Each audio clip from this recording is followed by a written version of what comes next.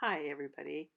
This is a short tutorial on blocking in and learning how to measure and cite angles.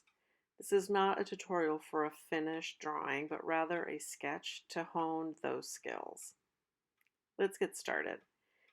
This is the photograph that I have chosen for this simple still life. A great way to learn your drawing skills is to initially do all your drawings in what is called cite size. That means that the reference image and your sketch will be the same size. So here I started off with a notional box.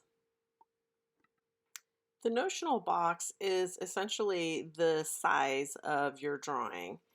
You figure it out by the topmost, the bottommost, the leftmost, and the rightmost points of your drawing and create the box that surrounds that. It could be tempting to just take out a ruler and measure the box, and there really isn't anything wrong with that, except that we really want to train our eyes to see distances. So one way that is common is to use a skewer or a knitting needle to measure the original reference photo with your drawing and get your notional box all penciled in. Try to keep these construction lines light. They will eventually disappear into your drawing. The next measurement I took is the bottom and the top of my subject. I penciled them in on the reference photo and then I figured out where they are in my notional box. Because I have my reference photo positioned exactly next to my sketch, it's easy for my eye to travel back and forth and make sure I'm aligning these construction lines where they're supposed to go. For my next construction line, I drew a line right down the center of that middle bottle. Your vertical line that you use doesn't always have to be down the center of something because many subjects will not be symmetrical, but it is handy to have this line be my vertical construction line. After drawing it on my photo, I drew it on my sketchbook.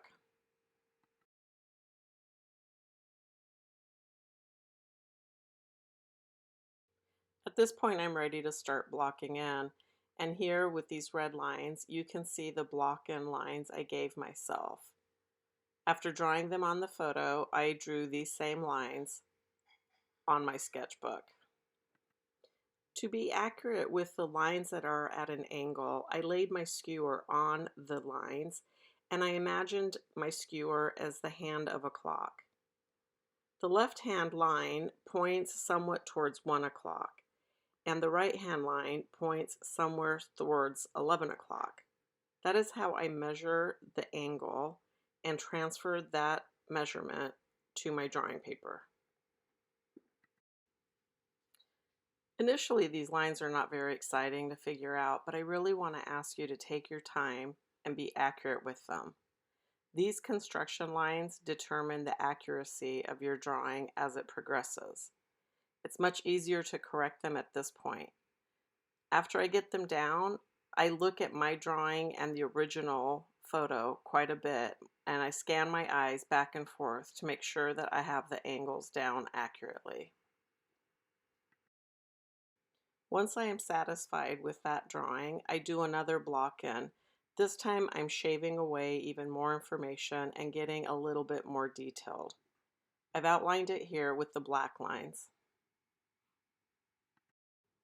Once I have drawn this second pass of block and lines on my drawing, I stop drawing and really spend time studying my photograph. What I want to do is find measurements of how one object compares to another. These proportions are key for any still life and any drawing that you do. You can see I drew a rectangle around the smallest white container, and then I figured out how tall the tallest bottle is compared to that. It is roughly 3.5 of those small containers tall. I then drew a blue box around the second cup and notice that the bottle is slightly taller than that cup twice over. Then I did a small comparison of the small container to the second cup. These yellow and blue marks on the photograph here are really just done for this video. I don't draw these boxes on my photograph or on my drawing.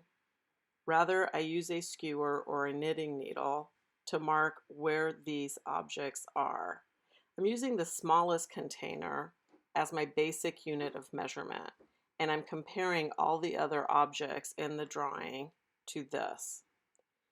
Once I've determined how tall I will draw this, then I will really understand how all the other objects will size up. And since I have it blocked in, it gets pretty easy after this initial analysis. Here is a sped up video of me completing a sketch of this still life. I hope you enjoy it and that you find it informative.